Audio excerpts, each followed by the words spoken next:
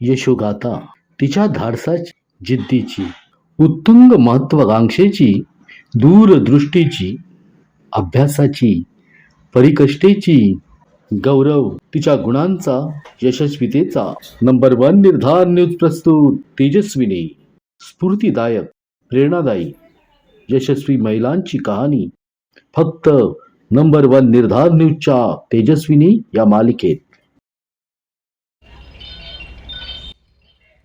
खारेपाटण सिंधुदुर्ग जिल्ह्यातील कणकवली तालुक्यातील सुप्रसिद्ध गाव, प्रसिद्ध बाजारपेठ.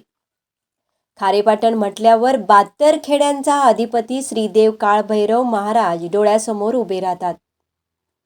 खारेपाटण या गावातील श्री समर्थ कृपा स्वयंसहायता महिला बचत समूहाच्या नारी शक्तीने वाखाणण्याजोगी भरारी घेतली आहे.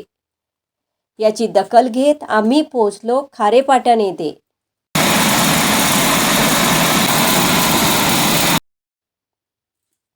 खारेपाटण येथील श्री समर्थ कृपा स्वयंसहायता महिला बचत समूहाची 5 डिसेंबर 2017 स्थापना झाली. घेऊन उमेदची साथ केली गरिबीवर मात. ओके, धन्यवाद. हा बचत समूह नारी शक्तीच्या सांघिक कार्यसाधनेतून कोकमपासून विविध उत्पादने घेत आहे.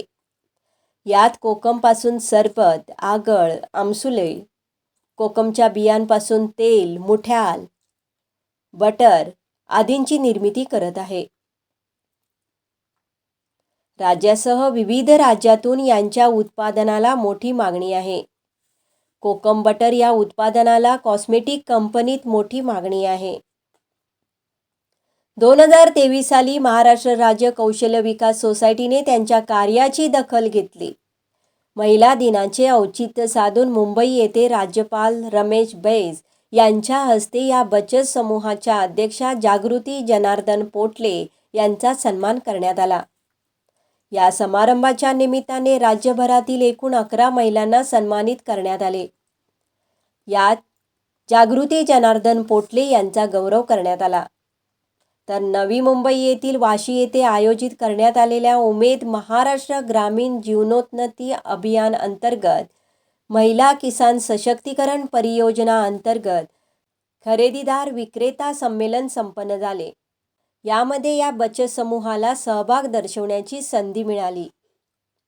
श्री समर्थ कृपा स्वयंसहायता महिला बचत समूहाने 2017 पासून आजवर आर्थिक प्रगतीचा आलेख उंचावणारा ठेवला आहे. परंतु या यशोगाथेमध्ये त्यांना एका संकटाला सामोरे जावे लागले. कोरोनाच्या महामारीत या महिलांचा प्रक्रिया उद्योग बंद पडला. या प्रसंगाला धैर्याने सामोरे जात न डगमगता या महिलांनी जिद्द सोडली नाही. महिला ज्या प्रक्रिया उद्योगात काम करीत होत्या त्या प्रक्रिया उद्योगाचे मालक प्रशांत सहदेव पाटील यांनी आपली यंत्रणा या महिलांना वापरण्यास दिली. शिवाय इमारतही विनामोबदला वापरण्यात दिली. निश्चितच खऱ्या अर्थाने कष्टकरी महिलांच्या पाठीशी प्रशांत पाटील उभे राहिले ते आजपर्यंत. हा क्षण एक टर्निंग पॉइंट ठरला. पुढे उत्पादन, मार्केटिंग, प्रशिक्षण आणि अर्थपुरवठा या सर्व स्तरावर या समूहाला पाठबळ मिळत गेले. त्यामुळे यशाच्या पायऱ्या चढणे सोपे झाले. सांघिक कामातून विविध उत्पादने घेणे, विक्री करणे सहज शक्य झाले. रोजगार निर्मितीतून महिला सबलीकरणासाठी हा समूह एक उत्तम उदाहरण ठरतो आहे. शाश्वत उदरनिर्वाहाच्या मार्गावर चालत जात त्यांनी मिनी रिफायनरी उभी करत आणखी एक पाऊल टाकले आहे. या महिलांच्या जिद्दीला नंबर 1 निर्धार न्यूजकडून मानाचा मुजरा. 8 मार्च महिला दिनी तेजस्विनी या महिला विशेष मालिकेत ही प्रेरणादायी व स्फूर्तिदायी यशोगाथा देताना आम्हाला आनंद वाटत आहे. पाहूयात. महिलांची सांघिक शक्ती आणि इच्छाशक्तीच्या जोरावरती ते ठरवतील ते करतील अशा पद्धतीचा प्रत्येक बचत गटांच्या माध्यमातून येतोय. असंच एक जिल्ह्यातील एक प्रसिद्ध बचत गट जो आहे जो खारेपाटणला आहे. खारेपाटण सारख्या ग्रामीण भागामध्ये हा जो बचत गट आहे त्यांनी आपल्या जिद्दीवरती, धाडसावरती आणि सांघिक एकात्मतेवरती एक मोठी भरारी घेतलेली आहे. या संदर्भात आज आपण माहिती जाणून घेणार आहोत. श्री समर्थ कृपा स्वयंसहायता बचत गट या बचत गटाच्या यशोगाथेची माहिती आज आपण जाणून घेणार आहोत आणि यासाठी पोहोचलो आहोत आम्ही खारेपाटण येथे. खारेपाटण येथे या बचत गटाची ज्यांनी निर्मिती केली त्या पाटणकर आपल्या सोबत आहेत, त्यांच्याशी आपण बातचीत करूया. सर्वप्रथम मला सांगा की याची सुरुवात कशी काय झाली? नमस्कार.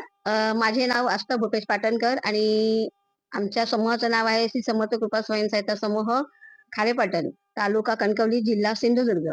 आणि आमच्या समूहाची स्थापना ही 2017 मध्ये झाली. आमच्या समूहामध्ये एकूण 10 महिला आहेत आणि 10 महिला आमच्या प्रत्येक जण मजुरीवरती खारेपाटण मध्येच असणाऱ्या आमच्या तेलाच्या कारखान्यामध्ये कामामध्ये येत होत्या. मजुरी एक 100 ते 150 रुपये मजुरी या तत्वावरती महिला काम करत होत्या.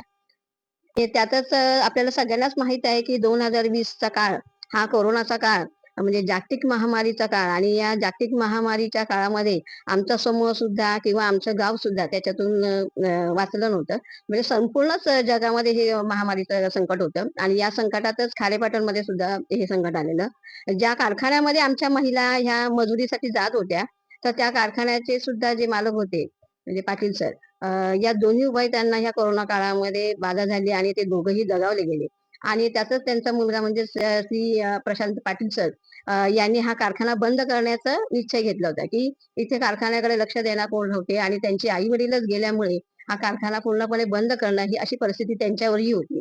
आणि हा कारखाना बंद झाल्यामुळे आमच्या खारेपाटणमधील असलेल्या आमच्या या महिलांवरती अत्यंत मोठं संकट होतं की उपासमारीची वेळ होती. कारण की घराजवळच असणाऱ्या या कारखान्यामुळे घर आणि काम या दोन्ही गोष्टी साधता ह्या महिलांना येत होत्या.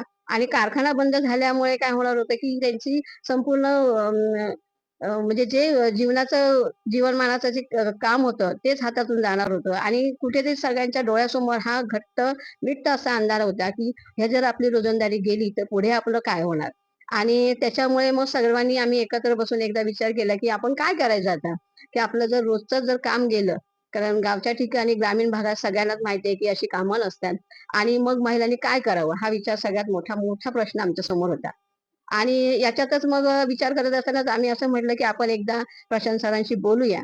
आणि जो कोकम हा जो प्रोडक्ट आपल्या कोकणातला आहे तर या पदार्थावरच प्रक्रिया करून आपण ते काम करूया, कारण त्याची थोडीशी माहिती ही आपल्या सर्व महिला वर्गांना होती.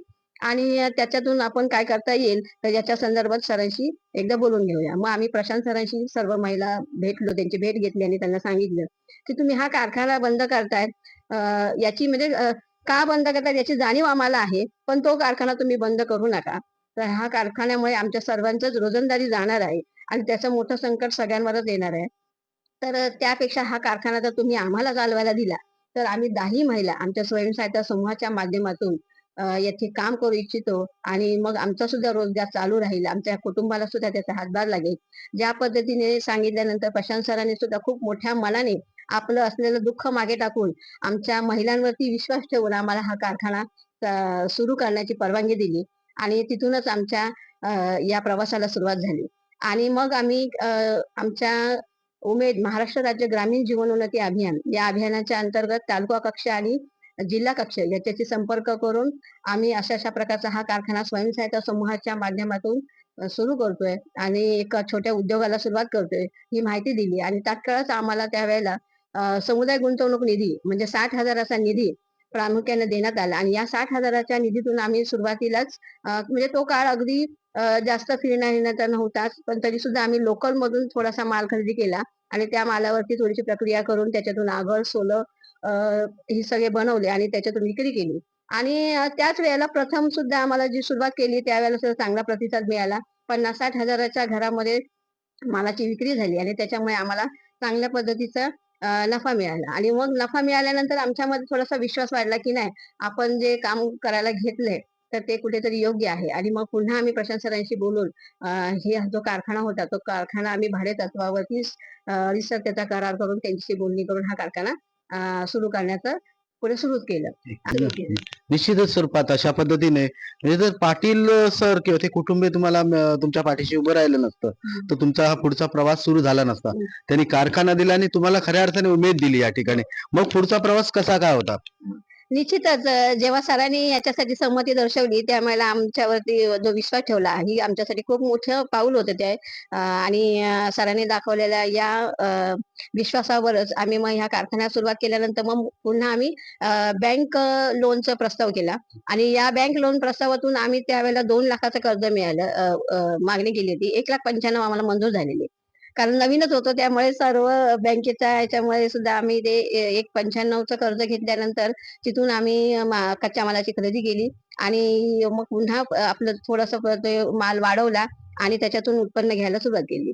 असं करता करता पुन्हा आम्ही नंतर MSLMच्या माध्यमातूनच प्रधानमंत्री सूक्ष्म खाद्य उन्नयन योजना या योजनेअंतर्गत 4 लाखाचं बीज भांडवल आम्ही प्राप्त केलं गटातून आणि ते 4 लाख रुपयाचा निधी घेऊन आणखीन माल खरेदी केला. म्हणजे जवळजवळ 12 टनाचा माल आम्ही त्यावेळेला खरेदी केला आणि या 12 टनाच्या मालातून आम्ही कोकम आगळ, कोकम बटर, त्याचप्रमाणे कोकम तेल याची निर्मिती करून आम्ही ती विक्री केली. बरं विक्री करत असताना सुद्धा त्यावेळेला आम्ही MSLMच्या माध्यमातून बायर सेलर सेमिनार जे मुंबई, बेलापूर या ठिकाणी लागलं होतं.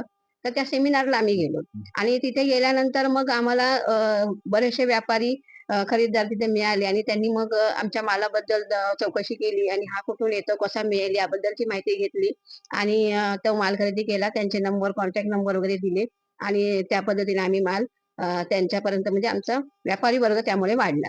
त्याचप्रमाणे प्रशांत सरांच्या माध्यमातून सुद्धा आम्हाला व्यापारी वर्ग मिळाला होता. त्याच्यामुळे मार्केटिंगचा सगळ्यात मोठा प्रश्न जो आमच्या समोर होता तो तिथे आमचा मिटला की आम्हाला व्यापारी वर्ग मिळाला तिथे म्हणून. आणि त्याच्यानंतर मग ते बायर सेलर सेमिनार झाल्यानंतर त्याच्यातून हेही कळलं आम्हाला की आमचं जे बटर होतं ते अनरिफाईन होतं. म्हणजे जे आम्ही कोकम बियांपासून जे तेल काढतो तर तेल अनरिफाईन असल्यामुळे त्याची मागणी थोडीशी किंमत कमी येत होती. पण तेच जर तेल एक रिफाईन करून जर तेल आम्ही केलं तर त्याची मागणी वाढणार आहे हे आमचं त्यावेळेला लक्षात आलं. मग आम्ही असं ठरवलं की आमचा तो प्रयत्न होता की मग आम्ही रिफाईन तेल आम्ही का करू शकत नाही. जर आम्ही तेल वाढवू शकतो तर ते रिफाईन सुद्धा करू शकतो.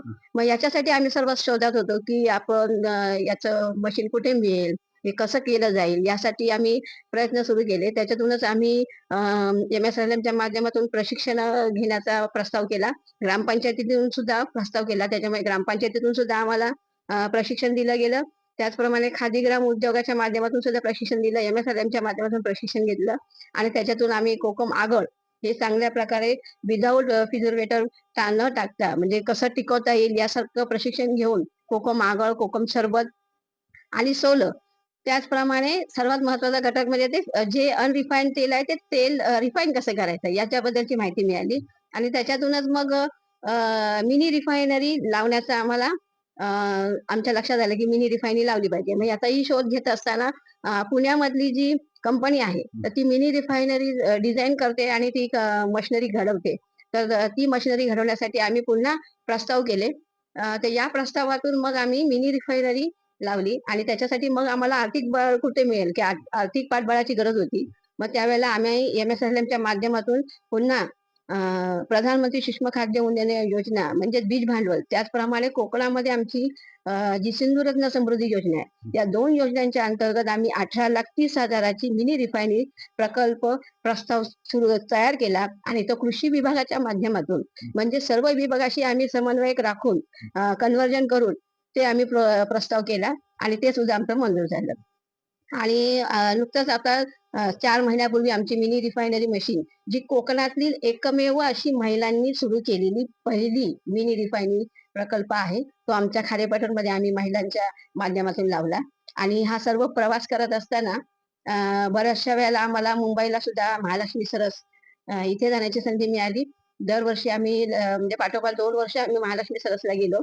त्यानंतर मुंबईमध्येच या सर्व प्रस्तावाच्या म्हणजे आमची उलाढाल जसजशी वाढू लागली तर त्याशी तशी त्या उलाढालाच्या माध्यमातून जवळजवळ 23-24 या आर्थिक वर्षामध्ये आम्हाला 50 लाखाची उलाढाल त्या वर्षीची झाली.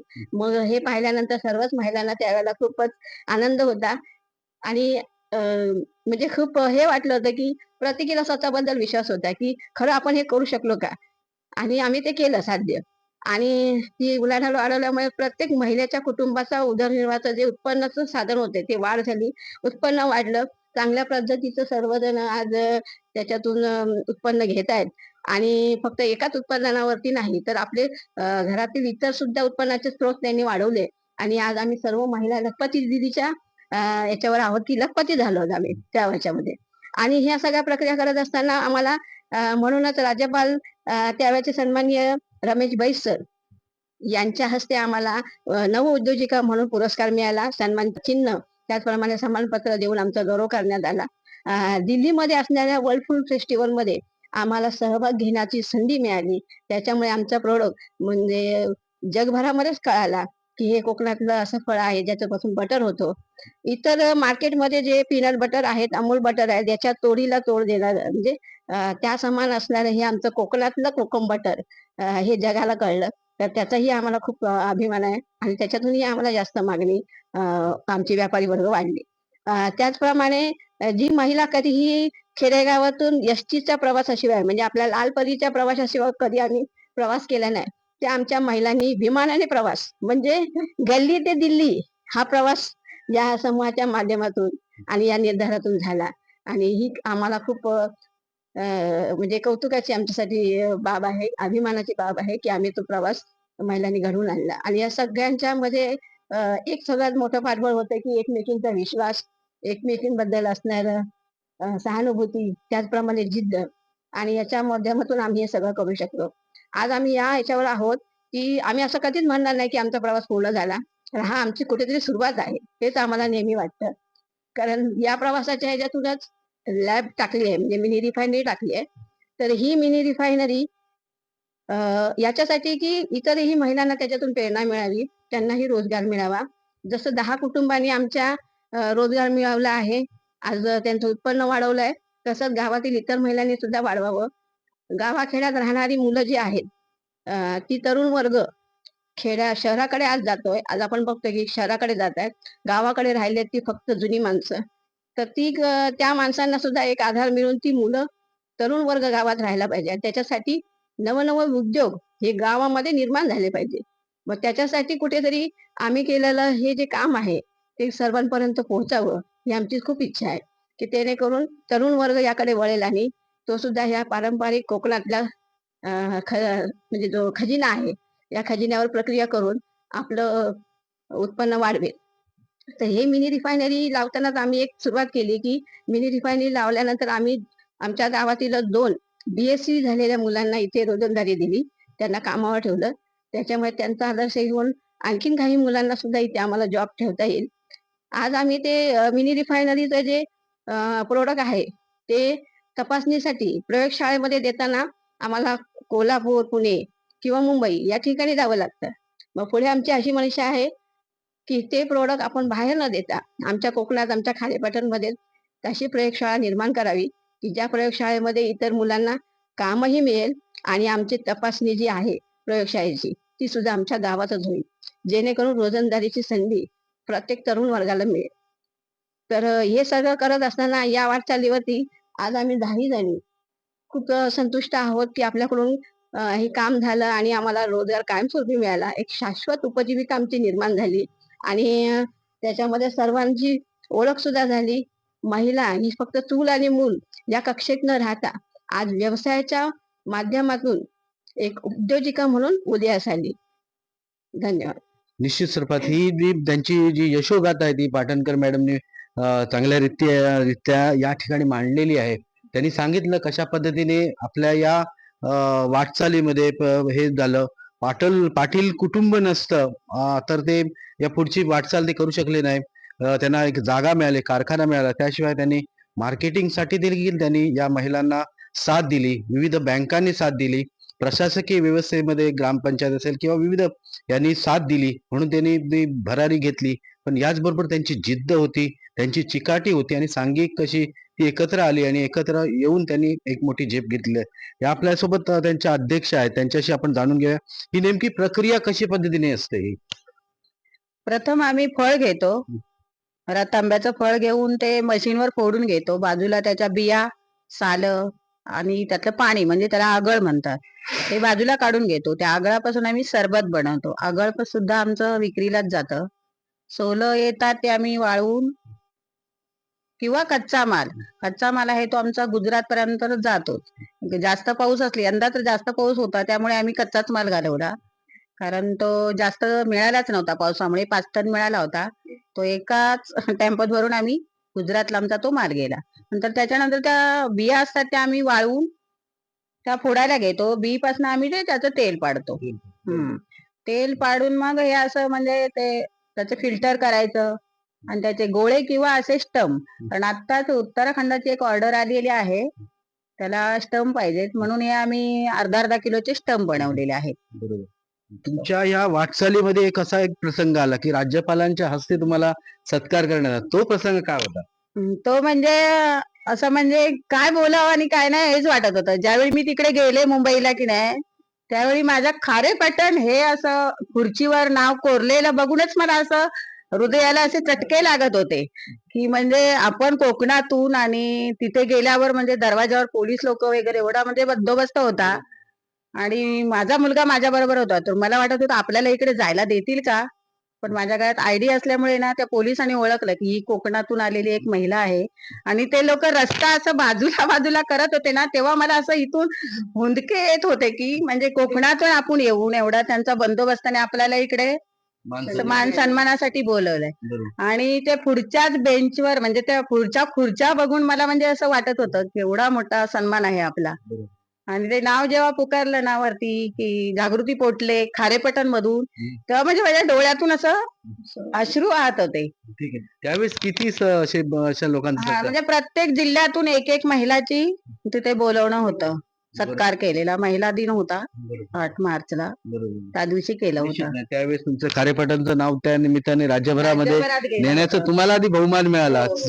जिल्ह्याचंही नाव तुम्ही हो. नेलं आणि एक तुमच्यासारख्या या बचत गटाने इतर बचत गटांनाही विश्वास दिला की होय, एकत्र आल्यानंतर हे सगळं घडू शकतं. त्यानंतरही अनेक चांगल्या प्रशिक्षणामध्ये तुम्ही गेलात. ते काही किस्से आता सांगता येईल का? नाही प्रशिक्षण तर म्हणजे आम्ही इथे काम करत असतानाच खादी ग्राम मधून आम्हाला म्हणजे स्वतःहून इथे आले आणि म्हणतात काय तुमच्याकडे उत्पन्न तयार करतात ते बघायला म्हणून आलेले ते. तर मला म्हणजे ते कोकम आगळचं कसं टिकतं हे बघायचं होतं किंवा सरबत पण कसा बनवतात. भरपूर ठिकाणी मी प्रशिक्षण प्रायव्हेट मधून घेतली होती पण टिकतं कसं हे कोणी व्यवस्थित दाखवलं नव्हतं. ते खादी ग्राम मधून मला व्यवस्थितरित्या प्रशिक्षण मिळालं होतं आणि त्यामुळे मला म्हणजे ते प्रशिक्षण घेऊन म्हणजे खूप माझा माल म्हणजे त्यावेळी केला होता आणि आता जास्त म्हणजे आम्ही कोकम बटरवरच आम्ही आहोत कारण त्याचीच ऑर्डर जास्त आहे. आगळ वगैरे सरबत वगैरे जरा कमीच केलेलं आहे. नक्की, नक्की. आपण पुन्हा एकदा पाटणकर यांच्याकडे जातो की काय सांगाल बचत गटांचा या सगळ्या ह्याच्यामध्ये आर्थिक पुरवठा गरजेचा असतो, जागा महत्वाची असते, लोक तुम्हाला मदतीसाठी उभे असतात, पण तुमची एक जिद्द महत्वाची, एकत्र येण्याची गरज आहे. बचत गटाचा हा प्रयोग यशस्वी होताना दिसतोय. काय सांगाल एकंदर बचत? नक्कीच सर. जे महाराष्ट्र राज्य ग्रामीण जीवनोन्नती अभियान आहे किंवा महाराष्ट्र शासन, केंद्र शासन यांचं जे धोरण आहे गरिबी निर्मूलनाचं, तर या गरिबी निर्मूलनाच्या साठी हे जे काम जे अभियान उभं केलेलं आहे केंद्राच्या माध्यमातून, राज्याच्या माध्यमातून, तर गटातून ही खूप मोठी संधी आहे. सर्व महिलांना हे सांगायला आहे की सांघिक स्वरूपात म्हणजे एकट्याने जे करू शकत नाही, जेवढं बळ आपल्या एकट्याच्या ह्याच्यात नसतं, तसं एक संपूर्ण एकजुटीने जर आले तर त्याचे आपल्याला सगळ्यांना माहिती आहे की आपण लहानपणी शिकलो आहे की एक काठी असेल तर ती पटकन मोडली जाते. पण त्याच काठीची जर आपण मोळी केली तर ती मोळी पटकन तुटत नसते. त्याप्रमाणे जर कोणती गोष्ट करायचं जर आपण निश्चय केला असेल, जर ते आपलं लक्ष्य असेल, तर ते लक्ष्य पूर्ण करण्यासाठी आपल्या सर्वांची एकजुटी असणं खूप महत्वाचं आहे. त्याच्यामुळे आलेल्या प्रत्येक प्रसंगांना आपल्याला तोंड देण्याचं पाठबळ मिळतं.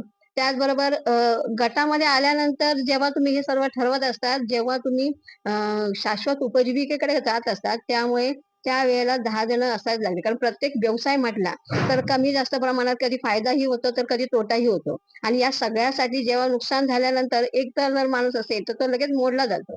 पण जर नुकसान झाल्यानंतर 10 जण आपल्या पाठीशी असतील, आपल्या सोबत असतील, पाठीशी म्हणण्यापेक्षा मी म्हणेल की सोबत असतील, तर ते अपयश सुद्धा पचवण्याची ताकद मिळते. आणि ही सगळ्यात मोठी यशाची गुरुकिल्ली आहे.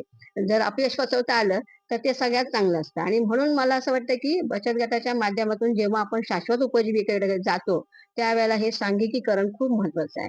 आणि त्यामध्ये निश्चितच सामाजिक समावेशन जसं महत्वाचं आहे, तसं आर्थिक समावेशनाचा खूप मोठा रोल असतो याच्यात, की एकटा जर आपण कधी एक आर्थिकदृष्ट्या जर कोणत्या बँकेतून वगैरे गेलो, तर एकट्याला जो आर्थिक पुरवठा होणारा असतो, तो होत नाही. जसं पाहिजे तसं होत नाही. त्याच्यासाठी बरेचसे लिगली कागदपत्रांची वगैरे गरज लागते. पण बचत गटाच्या माध्यमातून, या स्वयंसहायता समूहाच्या माध्यमातून 10 जणींची एकता बघून कोणीही आपल्याला सहजपणे आणि आपल्या 10 जणींच्या विश्वासावरती आर्थिक पाठबळ सहज मिळतं. त्याच्यामुळे हे सांघिकीकरण असणं खूप महत्वाचं आहे. म्हणजे जर आपल्याला व्यवसायाकडे जायचं असेल तर एक म्हणजे मगाशी म्हटल्याप्रमाणे एक सामाजिक समावेशनाबरोबर आर्थिक समावेशनाला सुद्धा खूप पाठबळ मिळतं. जी समर्थ कृपा स्वयंसहायता बचत गट, या बचत गटाने करून दाखवलं आणि त्यांच्या कृतीला, त्यांच्या प्रयत्नांना यश मिळालं. राज्यपालांच्या हस्ते त्यांचा सन्मान झाला आणि विविध ठिकाणावरून त्यांच्या मालाला मागणी मिळत आहे.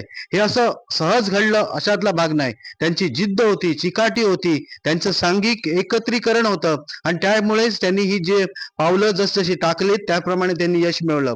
त्यांच्या अध्यक्षा बोलता बोलता म्हणाला की माझ्या खारेपाटणचं जेव्हा नाव त्या कार्यक्रमामध्ये बघितल्यानंतर मला आनंद वाटला. तसाच प्रत्येकाला आपलं गावाचं नाव मोठं करण्याची एक संधी असते. स्त्री जसं घर सांभाळते तसा एखादा उद्योग सांभाळू शकते, एखादा बचत गट देखील यशस्वी करू शकतं. याचंच उत्तम उदाहरण हे असं आहेत निश्चित सुरुवात. त्याचबरोबर पाटणकर यांनी सांगितलं की अशा याच्यासाठी बँका किंवा च्या माध्यमातून होणारा अर्थपुरवठा आणि या माध्यमातून होणारे आवश्यक माहिती त्यांनी या निमित्ताने दिली आहे. निश्चित सुरुवात नंबर 1 निर्धार न्यूज तेजस्विनी या कार्यक्रमामध्ये महिलांविषयी आम्ही यशोगाथा, महिलांच्या यशोगाथा, महिला बचत गटांच्या यशोगाथा आम्ही दाखवत आहोत. म्हणूनच 8 मार्चच्या या दिवशी आज आपल्या समोर हा जो कार्यक्रम, हा उपक्रम देताना आम्हाला निश्चित आनंद होत आहे.